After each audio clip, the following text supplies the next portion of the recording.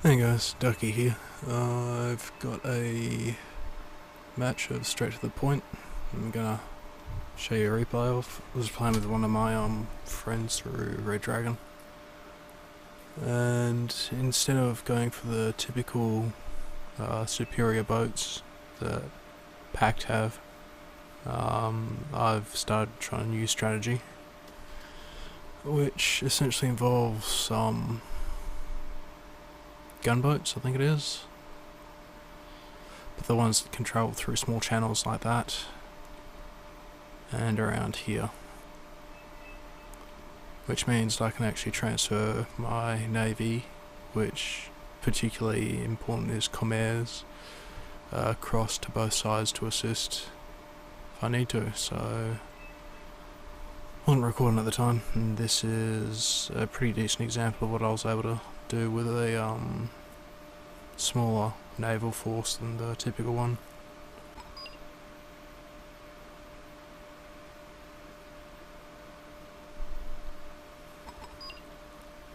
Just watch all the vehicles slowly move away from base.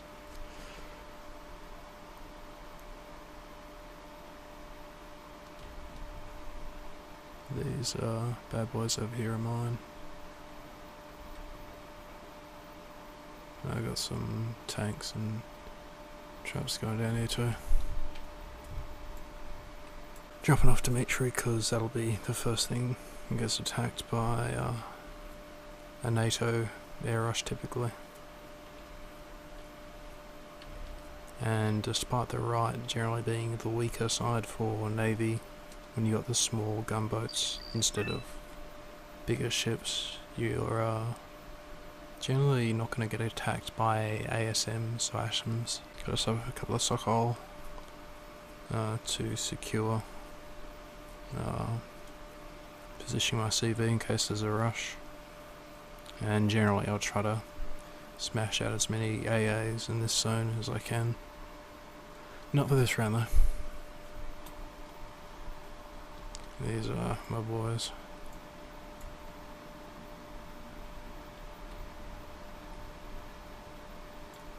Got some BMPs, got some of these. Skrezd. I decided to actually push my infantry in Olena across to that town on the right near the second bridge, which is good because it allows me to sort of hold this area safe, as I said, for ships to travel through. Got a Spag and a couple of tanks, T-64 BVs, which are the ones with the anti-tank guided missile. Pretty solid tanks, I like them. Just sending the Skrezd to here and deploying the ATs in the cover of the bush, and they'll nick off soon. Got the anti-air established so I can push my ATs along soon enough, getting my infantry positioned here. Despite the infantry that's back here, I've sent only a single one alone to start with.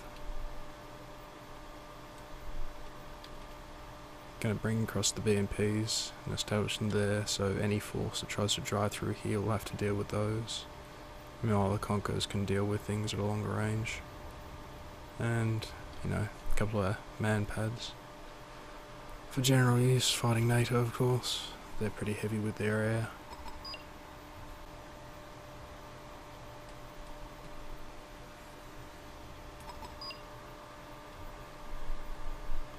That's an interesting tactic that I haven't seen used before, using an F-14 to attack a recon helicopter with guns. Interesting, but yeah, my Conquerors are starting to engage pivots that are pushing up on my position. Pretty looking vehicles there they are. A couple of chappies as well. A lot of AA over here. Some AA of my own. Which helps sort of knock that bird out of the sky. My Conquerors are engaging a chappie And my Panzerjagari are going to be able to knock out these pivots, hopefully. Did a squad of 3 because typically I find 2 is not enough, and 4 if it gets RT'd it's going to be quite an expensive cost. So 3's a nice sort of middle ground. Got the BMPs rolling in to assist. These are really cool transports. These are the finished ones. You can't see them because they're hiding, but they work quite well with the Panzerjagari. These are the BMPs. Quick firing 30 mils. Powerful weapons for NATO, so I'm always wary of these. And my counter is SA 342 HOTS, which are ATGMs, and they're very small and quick. Super Copper is another problem for my strategy with this game, because they have the anti-radar, so they're good for preventing seaborne anti-air from working effectively. Got a bit of a naval engagement going down. Fiats, of course, being a fair mainstay of the NATO forces because they're invisible. Okay, stealth boat. Typical Eugen, making the French quite OP. These things are quite a threat. And to get rid of this Fiat, I've got a couple of Comair. Got 4 Comair spawning in, because the ECM for a Fiat is fairly high. I think it's 40%, perhaps 60. And it's got good stealth, so I want that dead as quick as possible. Comair are lining up for their attack run. 2 sets of 2, so it's not going to be too difficult to get them into position. And then move quick. And they should be able to fire from rapid succession, which is important with the ASMs. You really want to flood the area to overwhelm the counter incoming weapon systems. And stealth boat, of course, goes invisible. And that's me empty. Whoosh whoosh whoosh. Get the kill. STRBs pushing through. The grenade launchers and their 4 12.7mm Brownings. Ferocious things that they are. They're experts at seeing things that you want hidden. I think these are intruders. So then, yeah. Looks like they're going for my force. And they're going to pay for their trouble. More than likely that was due to the assistance of the friendly Air Force.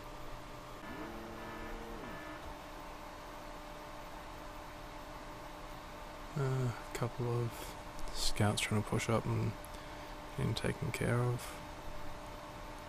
And they seem to have given away my position to the mortars that are nearby, but it doesn't matter. I moved them quick after they were scouted out.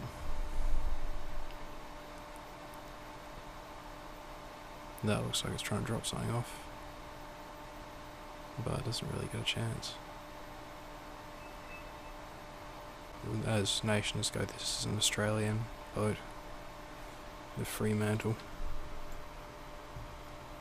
Freya's actually over here in Perth. Well, it's not in Perth.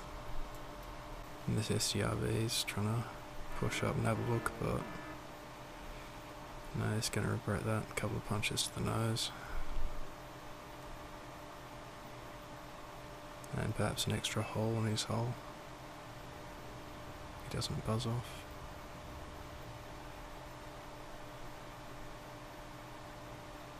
Oh, that's disappointing. Spawned in my King transports that have water or amphibious anti-air. To deal with the problem of the STRBs, got a couple of SA-342 HOTs rolling in. Unfortunately they decided it was more worthwhile to concentrate on the 113s to start with, but my sock holes at least are going to be able to provide a bit of anti-air performance. Rip out the Super Cobra, which was going to be a threat to my Yuqing contents.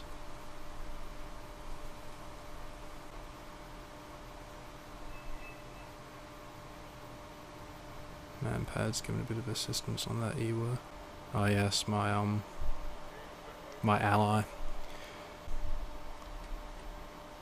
My Khmer. Moving up in a group of 6. In groups of 3s, I find it pretty good when you want a decent force. And I just split this to avoid concentrated arty fire to take them all out.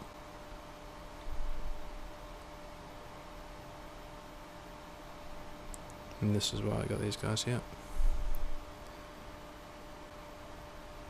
They can sort of control this airspace quite well, and they're going to be difficult for the enemy to target unless they want to pull out another Super Cobra or more electronic warfare.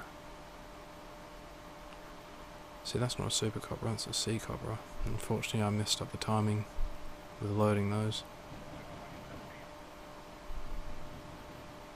Do have some contingencies though, like unloading. Hey, having a bit of trouble figuring out what to target. But away, and they ripped down the Apache. For some reason, this player hasn't figured out that they can't target transports with ASMs. So my Khmer unload. Their target's killed first, but that's why I have the second wave. My infantry's getting kind of kicked here, but somebody's kind enough to provide some assistance. Second line unloading. And a Bohan explodes, and then they come around to take it. This Lynx, who also cannot target my gunboats.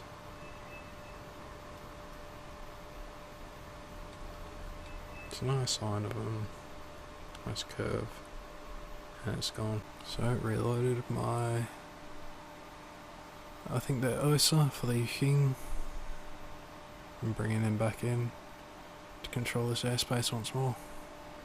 And I've got them here, so it's sort of, if anything big comes along like a giant navy, I'm able to quickly just duck them in and take them to the other side instead of have to follow the coast and kind of get trapped at that wall. It's a good exfil sort of plan for me. Of course you can never tell if NATO boats have an escort because the Fiat's invisible. Oh look, an A10 bothering me. Get out of here, A10. And due to the Congo and its navy rolling in, I've decided to retreat my Yuqing across the other side, as I mentioned, for safety. The Congo is a bit of a pickle to deal with because its main cannons will outrange my Khmer's anti-ship missiles. So definitely do not attack a Congo with Khmer unless you want to lose a couple. If it were to range and engage, then I'd be able to strike with it, but it could get messy. And of course it's kind of worth bringing the AA back from time to time to deal with problems that you may surface amid the chaos, and provide assistance in taking out the attacks. So those combat might be able to sort of flood the area, maybe do a bit of damage, but definitely not sort of killing the Congo when it's got a couple of effective SISWA with it. And I've got to get them away from the destroyers, the Udaloy and the Sovi, because the sympathetic explosion will be enough to destroy a couple of them. I do however have a couple of tricks up my sleeve, such as Tarantul. These little snipers are very effective. Oh, you get punched in the face. And as soon as they're done, pull them away, because those guys are going to be coming in quick. The Tarantul I specifically chose them to deal with the Congo, and just due to the range outdoing my Comair. The Comair, however, I am fine to deal with the Fiat, and given this island's here, the extra range for the Congo isn't going to be so pronounced when dealing with my boats, and I can get off a rather large sort of flood of missiles towards the enemy and take out that Congo. My AA sitting safely on the other side while I deal with this problem, and the Fiat are starting to fuck off as they are no longer protected by their Congo. This one's leaving quite a smoke trail, which may be why it was visible for quite a bit longer, because it would usually be stealth quite quickly. So there's 3 of them. Despite there being 3, I can still knock one out, and then there were 2. I got no Mooner, so my reloading process is either through the Mi-26, which are pretty beastly. Look at that fat kid. You can see score-wise we're absolutely dominating the enemy team. 36-12.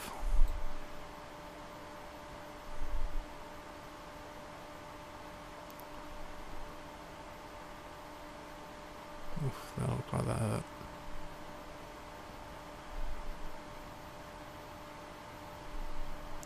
And we're right next to each other is not a great idea, but I guess it doesn't really matter at this point. It's just, yeah, if one of them goes down, it's going to take the other one with it, more than likely. At least heavily damage it. I just prefer them a little bit further away from each other myself. My Comair are loaded up and ready to get back into the fight.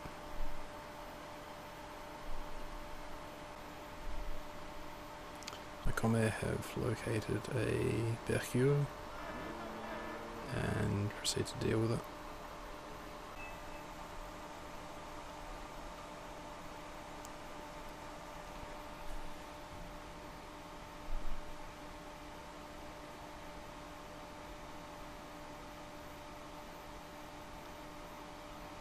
And that's an attack, so they don't just push straight in, and apart from their lower stabilizers get taken out by anti-air, for example, which the islands generally end up quite packed with.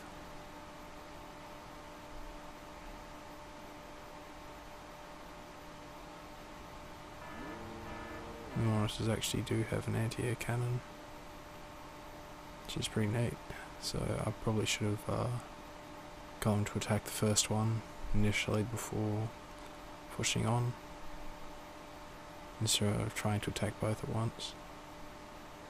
Oh, you can see a Frio in the background, getting nuked.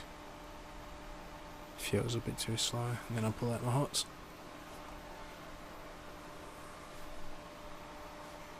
And the Fiat, of course, is gone again. Vanished like it was in a Bermuda Triangle. They start taking out the infantry and preparing to land on the island. I think this kind of was out of desperation, because they definitely did not hold any sort of territory down here. So to try and perform a landing, interesting decision. Especially when I can just react and send down my Comair, which have pretty good range with their 25mm dual cannons. good at protecting the sea. Not to mention I've also got the Talon tool there to back him up, which its cannon and launchers are able to assist quite well and simply dismiss that attack. The other guys are pushing in to clear Michael and deprive the enemy of their air ingress, like having the gunboats. Instead of the large ships, it's quite easy to retreat them or assist on either side as necessary. It also means I can establish a fleet on the right side initially, because typically you'll go for the left if you're using Navy, because the air ingresses are in such a way that you've got a lot of defense or faster reacting time on the left, and if you go on the right you'll typically get knocked out. And to help sort of search this island, I send my Comair over just to use their 25mm cannons if they see anything. God. Yes, for some reason my friend decided to leave the game as we were winning just before the end, so he may well have autism or something. And you can see my Talon tools pushing forward themselves, Comair splitting off to the right. Helicopters dealing with each other. Firing the miniguns, looks like they took out that MI-24. One of them got taken out by a Talon tool. And it might have been carrying an infantry.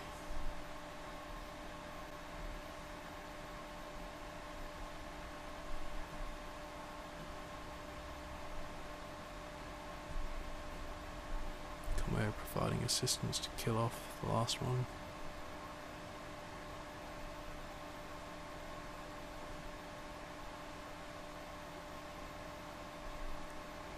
As they encircle the island. And game. That wasn't a particularly good enemy to fight, but I did rack up a decent score myself. Any particularly standout units? Actually, I think this one was quite good. It was sort of... all my units killed quite a few enemy. There wasn't just a couple of units that really performed well. Notable losses, couple of Sokol, couple of Conkers. That was new strat that I decided to try for straight to the point. Hope it gives you something to think about apart from typical larger boats and destroyers and the frigates and the corvettes. Maybe try playing around with gunboats a bit more. Hope you enjoyed. And until the next upload. Peace.